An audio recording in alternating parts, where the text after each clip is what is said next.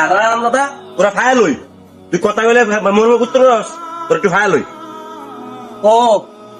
আমার যন্ত্রণা নাম না আমার ফিডান আমার সৎমা ঘরে দেখে সৎমার কথা হই না আমার খালি ফিডান আমি আর বাইতামু না দেখেন আপনি আমি আর বাইতামু না দেখেন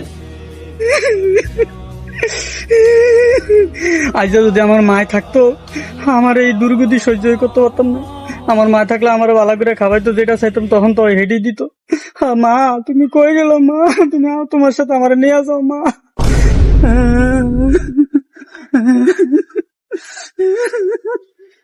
কি রে নাতি তুই কান্দছিস কি লিগা? দাদা আঙ্গ গড়া যে ইলিশ মাছ আর ফাঙ্গাস মাছ রানছে তো আমি এক খারি ইলিশ মাছ খাইতে চাইছি আমার ইলিশ মাছ দেয় না আমার সৎ ভাইয়েরে দিছে আমগো মাতন ইলিশ মাছ চাইছি দেখিয়া আমার অনেক পিটাইছে আব্বার কাছে বিচার দিছে আব্বা আমার বাইতন বাইক পিটা দিছে দাদা কি এত বড় সাহস আমার নাতিরে পিটাইছে? দাঁড়া তুই কাঁদিস তুই আমার লাগায় আমি চাই ভাই আমার লাগায় আয় ও দেখ জানো রে কি আয় আজকে ভিতরে এই তোর এত বড় সাহস তুই আমার নাতিকে তুলছস তুই বেঁচে তুই আমার নাতিরে ক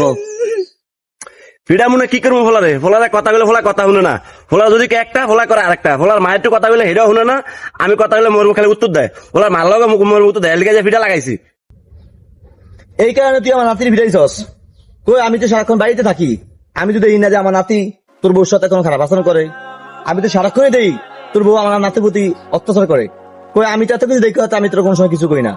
সামান্য একটা মাছের লিগে তুই তোর ফোলা তুই মারলি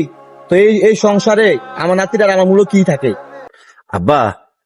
হয় তোমার বউর মার লগে খারাপ আচরণ করে আমার লগে খারাপ আচরণ করে ওরে কথা কইলে শুনে না এই কারণে ওরা মাইল লাগাইছি আমার এদিকে সহ্য হয় না তুমি আর ওরা প্রশ্রয় দিও না